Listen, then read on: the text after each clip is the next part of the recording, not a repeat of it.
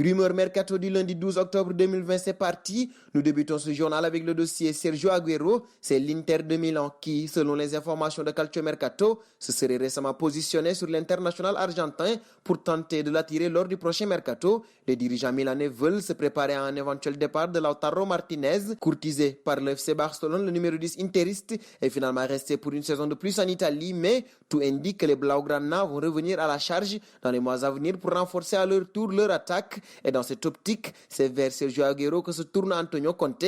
À 32 ans, l'ancien de l'Atlético de Madrid arrive en fin de contrat de l'autre côté de la Manche au mois de juin et se voit offrir un salaire conséquent de 8 millions d'euros de la part des Italiens. Reste désormais à voir si les Citizens sont prêts à lâcher le meilleur buteur de leur histoire gratuitement. Un bon prêt de Dzeko, poussé vers la sortie par l'AS Rome qui ne voulait plus assumer son salaire annuel de 7,5 millions d'euros. L'attaquant Edin Dzeko a failli rejoindre la Juventus de Turin cet été avant que la vieille dame ne lui préfère finalement à Alvaro Morata en fin de mercato. Un départ avorté qui ne privera pas le Bosnien de terrain cette saison. Bien au contraire, le Corriere dello Sport avance que Dzeko pourrait étendre son contrat courant jusqu'en juin 2022 d'une à 2 années supplémentaires avec le club de la capitale italienne. Cela permettrait au club de la Louve de laisser comme tel le salaire de son avant-centre, visiblement d'accord, à défaut de le revaloriser. Nous passons aux intérêts de la Juve désormais. La Juventus de Turin suivrait de près la situation de David Alaba. Selon les renseignements communiqués par Tuttosport, le club italien est attentif au cas du défenseur du Bayern Munich. Il n'a pas prolongé et se rapproche de la fin de son contrat en juin prochain. Les Turinois pourraient lui transmettre une offre assortie d'un salaire net très avantageux. Il faut dire que la fiscalité est particulièrement favorable aux étrangers chez les Italiens. David Alaba évolue sous les couleurs du club bavarois depuis le début de sa carrière. Il pourrait être tenté par l'idée de nouveaux challenges. Un passage passé en prêt à Gelsenkirchen du côté de Schalke 04.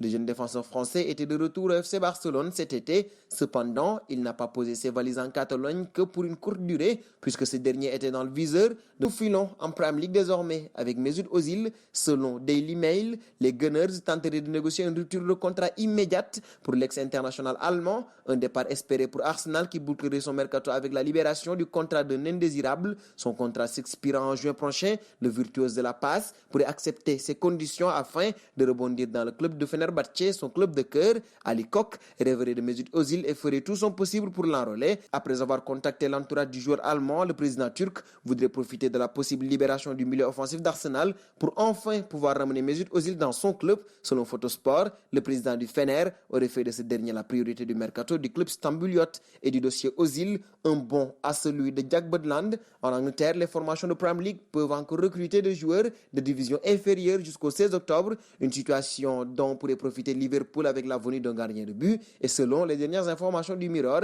les Reds s'intéresseraient de près à Jack Butland, sous contrat jusqu'en juin 2022 avec Stoke City. Le portier anglais serait ciblé pour devenir la doublure d'Alisson. Dernier point du journal auprès de Vinicius Junior, alors que le mercato d'été a fermé ses portes il y a un peu moins d'une semaine. Le Paris Saint-Germain surveillerait déjà le marché en vue de la saison prochaine et selon les dernières informations du quotidien Marca, le directeur sportif Leonardo aurait un en tête. En effet, ce dernier surveillerait de près la situation de Vinicius Junior sous contrat jusqu'en juin 2025 avec le Real Madrid. Ce dernier a déjà inscrit 2 buts en 3 rencontres de Liga. Nous terminerons ce journal avec la question du jour.